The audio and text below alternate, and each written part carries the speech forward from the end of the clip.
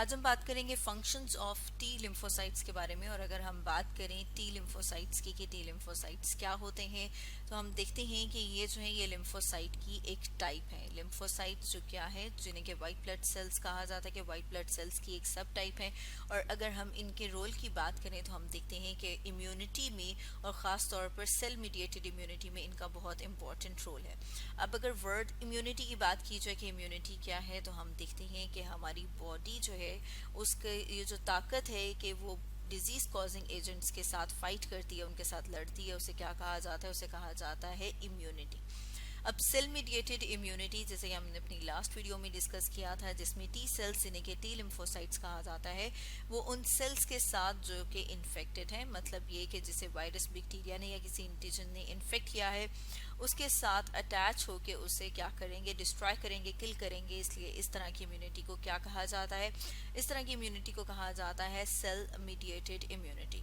तो हम functions of T lymphocytes की बात करें, जैसे कि अभी हम बात कर रहे थे कि जो टी सेल्स हैं वो एंटीजन को खुद से अलग से रिकॉग्नाइज नहीं कर पाते। तो फिर वो किस तरह से रिकॉग्नाइज करते हैं, अगर हम उसको देखें तो हम देखते हैं कि जो एंटीजन है उसको क्या किया जाता है, उसको खास किस्म के सेल्स जिन्हें कि मैक्रोफेजेस या एंटीजन प्रेजेंटिंग सेल्स कहा जाता है, वो उसको इनगल्फ कर लेते हैं। और इनगल्फ करने के बाद मतलब ये कि निगलने के बाद उसे छोटे छोटे हिस्सों में, मतलब फ्रेगमेंट्स में तोड़ा जाता है, जैसे यहाँ पर हम देख रहे हैं। फिर उसका एक हिस्सा, एक फ्रेगमेंट जो है उसे प्रेजेंट किया जाता है उसकी सरफेस के ऊपर। और प्रेजेंट किस तरह से किया जाता है, ख़ास किस्म के मॉलिक्यूल हैं उसके ऊपर मौजूद, उसके ऊपर, जैसे कि MHC मॉलिक्यूल कहा जाता है। MHC का मतलब क्या है, मतलब ये किसके लिए स्टैंड कर रहा है, मेजर हिस्टोकम्पैटिबिलिटी कॉम्प्लेक्स के लिए। अब क्योंकि ये सेल एंटीजन को अपनी सरफेस के ऊपर प्रेजेंट कर रहा है, इसलिए इन सेल्स को एंटीजन प्रेजेंटिंग सेल्स कहा जाता है। और अगर एंटीजन की बात की जाए कि एंटीजन क्या होता है, तो हम देखते हैं कोई भी वायरस, बैक्टीरिया या कोई पैथोजन जो कि क्या करता है, जो किसी बीमारी की वजह बन सकता है, या किसी भी फॉरेन पार्टिकल को क्या कहेंगे, उसे कहेंगे एंटीजन। अब हम देख रहे हैं कि यहाँ पर जो टी सेल है इसकी सरफेस के ऊपर भी खास किस्म के रिसेप्टर्स मौजूद हैं। और ये जो रिसेप्टर्स हैं, अगर इनको देखा जाए तो हम देख रहे हैं ये रिसेप्टर बाइंड करता है उसके साथ, तो इस तरह से कॉम्प्लेक्स बनता है। तो ये हमने देखा कि किस तरह से टी सेल रिकग्नाइज करता है किसी भी एंटीजन को, वो रिकग्नाइज करता है तब जब वो किसके ऊपर बाउंड होगा, मतलब ये कि किसके ऊपर मौजूद होगा, जब वो एंटीजन प्रेजेंटिंग सेल की सरफेस के ऊपर प्रेजेंट हुआ होगा। अब अगर हम फर्दर देखें कि जब टी सेल जो है वो इस तरह के किसी सेल के साथ जब बाइंड करता है, जैसे यहाँ पर हम देख रहे हैं कि वायरस इन्फेक्टेड सेल है, इस तरह उसके साथ जब वो बाइंड करता है, तो बाइंड करने के बाद क्या होगा, वो उस डिवाइड करेगा, डिवाइड करके क्लोन बनाएगा, मतलब अपने जैसे बहुत सारे सेल्स बनाएगा। इन्हें क्लोन ऑफ टी सेल्स कहेंगे। अब हम देख रहे हैं कि ये जो टी सेल्स हैं ये फर्दर डिवाइड करके आगे 4 और मुख्तलिफ तरह के टी सेल्स बना रहे हैं। अगर उनकी बात करें कि वो कौन से हैं, तो उसमें हम देख रहे हैं किलर टी सेल्स हैं। इसके अलावा अगर हम बात करें तो यहाँ पर मौजूद हैं हेल्पर टी सेल्स, साथ में मेमोरी टी सेल्स, और इसके साथ साथ हम देखते हैं अगर इसके फोर्थ टाइप की बात करें तो वो है सप्रेसर टी सेल। अब अगर हम इनके वन बाय वन फंक्शन की बात करें कि क्या फंक्शन है, तो किलर टी सेल, जैसे कि नाम से पता चल रहा है कि क्या करेंगे, किल कर देंगे, ख़त्म कर देंगे, डिस्ट्रॉय कर देंगे। तो ये डिस्ट्रॉय करते हैं वायरस इन्फेक्टेड सेल को, मतलब हमारी बॉडी का कोई ऐसा सेल जिसे कि किसी वायरस ने इन्फेक्ट कर दिया है और वो अब सेल क्या हो गया, ख़राब हो गया, डैमेज हो गया, तो ये उस सेल को डिस्ट्रॉय करेंगे। Helper T cell, helper help करना कहते हैं, मदद करना। तो ये क्या करता है, ये हमारा जो इम्यून रिस्पॉन्स है उसको बूस्ट करता है, मतलब ये कि उसको बढ़ाता है। अब किस तरह से बढ़ाता है, उसमें हम देखते हैं कि ये जो है ये एक्टिवेट करता है किलर टी सेल्स को। इसके अलावा हमारी बॉडी में और ख़ास किस्म के लिम्फोसाइट्स होते हैं जिन्हें कि बी लिम्फोसाइट्स या बी सेल्स कहा जाता है, जो क्या करते हैं, जो कि एंटीबॉडीज़ को सिक्रीट करते हैं। तो ये हेल्पर टी सेल्स जो है उन्हें स्टिमुलेट करता है, उसके साथ साथ किलर टी सेल्स को एक्टिवेट करता है। इसलिए इन सेल्स को क्या कहा जाता है, क्योंकि ये इसकी मदद करें इम्यून रिस्पॉन्स को बढ़ाने में, इसलिए इन सेल्स को कहा जाता है हेल्पर टी सेल्स। अब अगर हम मेमोरी टी सेल्स की बात करें तो मेमोरी टी सेल्स, मेमोरी किसको कहते हैं, याद रखने को। तो ये जो टी सेल्स हैं ये ब्लड स्ट्रीम में रहते हैं और ये जो कोई भी यहाँ पर हम देख रहे हैं जो भी वायरस था या जो भी एंटीजन था ये उसको याद रखेंगे, ताकि दोबारा अगर बॉडी में वो एंटर हो तो फौरन से टी सेल्स जो हैं वो डिवाइड करके आगे बहुत सारे टी सेल्स को बना सकें।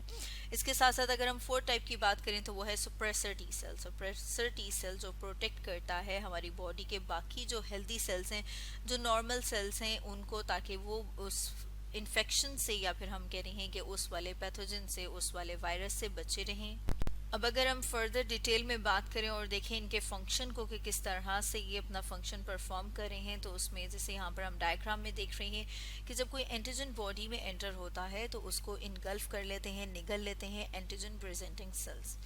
जैसे हमने ऊपर बात की थी कि एंटीजन प्रेजेंटिंग सेल्स किस लिए कहा जाता है, क्योंकि ये उस एंटीजन को तोड़ के उसके फ्रेगमेंट्स करके उसको अपनी सरफेस के ऊपर प्रेजेंट कर देते हैं, इसलिए इन सेल्स को कहा जाता है एंटीजन प्रेजेंटिंग सेल्स। अब यहाँ पर जिस सरफेस के ऊपर हम देख रहे हैं ख़ास किस्म का स्ट्रक्चर मौजूद है जिसे रिसेप्टर कहा जाता है, और ये रिसेप्टर क्या है, एमएचसी। अब एमएचसी के साथ जब एंटीजन प्रेजेंट कर देता है अपने आप को, मतलब एंटीजन को प्रेजेंट किया जाता है, तो ये कहेंगे एमएचसी एंटीजन कॉम्प्लेक्स। अब जब एमएचसी एंटीजन कॉम्प्लेक्स बन जाता है मतलब ये कि एंटीजन प्रेजेंट हो गया है, तो हम देख रहे हैं CD4 हेल्पर टी सेल्स ये इसको रिकग्नाइज करते हैं, पहचानते हैं। पहचानने के बाद जैसे कि हमने बात की थी कि बहुत सारे फर्दर सेल्स बनेंगे। अब ये जो CD4 हेल्पर टी सेल्स हैं ये खास किस्म के केमिकल्स रिलीज करते हैं जिन्हें के साइटोकाइंस कहा जाता है। अब ये जो साइटोकाइंस हैं, जैसे हमने ऊपर बात की थी कि हेल्पर टी सेल्स क्या करता है, हेल्प करता है, एक्टिवेट करता है। किसको एक्टिवेट करता है, साइटोटॉक्सिक टी सेल्स को, जिन्हें के किलर टी सेल्स भी कहा जाता है, जो कि CD8। अब हम CD8 क्यों कह रहे हैं, क्योंकि इनकी सरफेस के ऊपर खास किस्म के रिसेप्टर्स मौजूद होते हैं CD8। इसी तरह से हेल्पर टी सेल्स को CD4 इसलिए कहा जाता है क्योंकि इनकी रिसेप्टर, इनकी सरफेस के ऊपर जो रिसेप्टर मौजूद हैं वो कौन से हैं, वो CD4। अब हम देखते हैं कि ये जो साइटोकाइंस हैं ये क्या कर रहा है, दो तरह के सेल्स को एक्टिवेट कर रहा है, स्टिमुलेट कर रहा है। एक्टिवेट करता है किलर टी सेल्स जिसे कि साइटोटॉक्सिक टी सेल्स कहा जाता है। इसके साथ साथ हम देख रहे हैं कि स्टिमुलेट करता है बी सेल्स को। बी सेल्स जो फर्दर क्या करते हैं, एंटीबॉडीज रिलीज करते हैं। वो एंटीबॉडीज भी जाके अटैच होती हैं उस एंटीजन के साथ, ताकि उस एंटीजन को डिस्ट्रॉय किया जा सके, उस एंटीजन को खत्म किया जा सके। अब अगर हम किलर टी सेल्स की बात करें तो किलर टी सेल जो इन्फेक्टेड सेल है, जो हमारी बॉडी का ऐसा सेल है जिसे कि इन्फेक्ट किया हुआ है किसी वायरस ने, बैक्टीरिया ने, या कोई कैंसरस सेल है, तो ये अपने आप को अटैच कर लेता है उस सेल के साथ। अब जब ये उस सेल के साथ अपने आप को अटैच कर लेगा, जैसे यहाँ पर हम देख रहे हैं कि साइटोटॉक्सिक टी सेल अटैच है इन्फेक्टेड सेल के साथ, तो फिर वो सेल क्या कर देगा, उस सेल की डेथ हो जाएगी, उस सेल को डिस्ट्रॉय कर दिया जाएगा। अब अगर हम फर्दर बात करें फंक्शंस की, तो हम देख रहे हैं सप्रेसर टी सेल और मेमोरी सेल्स के फंक्शंस जो हैं उनको डिस्कस करेंगे। उसमें दोबारा से अगर हम स्टेप 1 से देखें कि स्टेप 1 क्या होता है, जिसमें हम देख रहे हैं कि एक्टिवेटेड हेल्पर टी सेल्स जो हैं वो एक ख़ास किस्म का केमिकल रिलीज करते हैं जिन्हें लिम्फोकाइंस कहा जाता है। लिम्फोकाइंस जब रिलीज होते हैं तो वो मैक्रोफेजेस जो कि फेगोसिटिक in नेचर है, मतलब ये कि जो जिनमें ये एबिलिटी, ये सलाहियत होती है कि वो वायरस, बैक्टीरिया या कोई और एंटीजन जो है उसको क्या करें, इनगल्फ कर लें, निगल लें और फिर उसको प्रेजेंट करें। तो हम देख रहे हैं कि उसको वहाँ पर लाया जाता है जहाँ पर एंटीजन की मौजूदगी हो, वहाँ पर क्या किया जाता है, लिम्फोकाइंस जो हैं वो मैक्रोफेजेस को लेके आते हैं इन्फेक्शन जोन्स तक। उसके बाद हम देखते हैं कि लिम्फोकाइंस जो हैं वो स्टिमुलेट करते हैं टी सेल्स को ताकि वो बाइंड करें एंटीजन के साथ। और एंटीजन के साथ किस तरह बाइंड करेंगे, जैसे हमने बात की थी कि वो एंटीजन प्रेजेंटिंग सेल के साथ बाइंड करेगा। फर्दर हम देखते हैं, क्योंकि ये स्टेप हमने ऊपर डिटेल में डिस्कस किया था, अब हम नेक्स्ट स्टेप की बात करेंगे जिसमें हम देख रहे हैं कि जो किलर टी सेल है वो क्या करता है, वो बॉडी के इन्फेक्टेड सेल के साथ अपने आप को अटैच करेगा। उसके बाद हम देखते हैं कि जब इन्फेक्शन जो है, मतलब हमने देखा कि हेल्पर टी सेल्स ने अपना काम किया, किलर टी सेल्स ने भी बॉडी के इन्फेक्टेड सेल्स के साथ अपने आप को अटैच करने के बाद उन्हें डिस्ट्रॉय किया।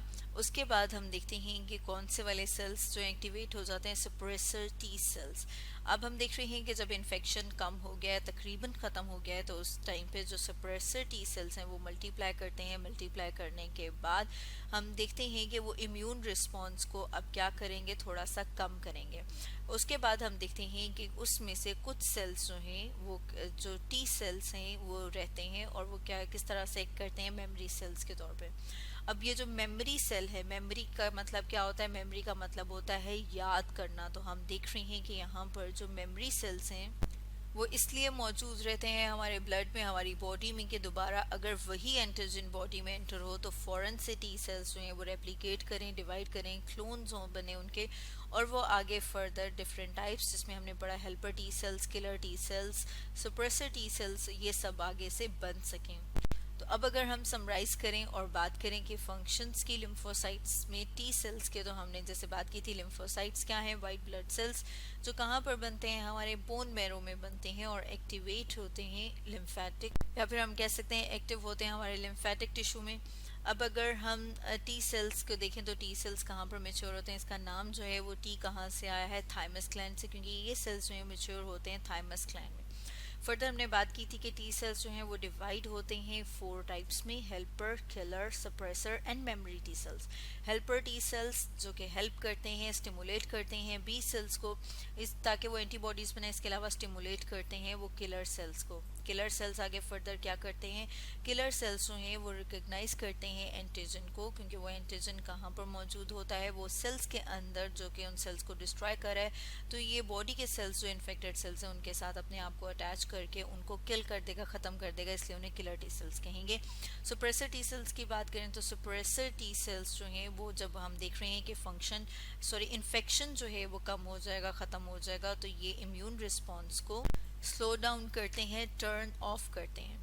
अब अगर हम मेमोरी सेल्स की बात करें, मेमोरी टी सेल्स, तो मेमोरी टी सेल्स जो हैं वो इसलिए होते हैं ताकि दोबारा से अगर वही एंटीजन बॉडी में एंटर हो तो उसको रिकग्नाइज करने के बाद, पहचानने के बाद ये स्टिमुलेट कर दें बी सेल और किलर टी सेल्स को, यानी कि मेमोरी टी सेल बॉडी में एंटीजन के एंटर होने के बाद दोबारा से क्या करता है, इम्यून रिस्पॉन्स को इनिशिएट करवाता है। तो स्टूडेंट्स, आज हमने डिस्कस किया फंक्शंस ऑफ टी सेल्स, मतलब ये कि फंक्शंस ऑफ टी लिम्फोसाइट्स के बारे में।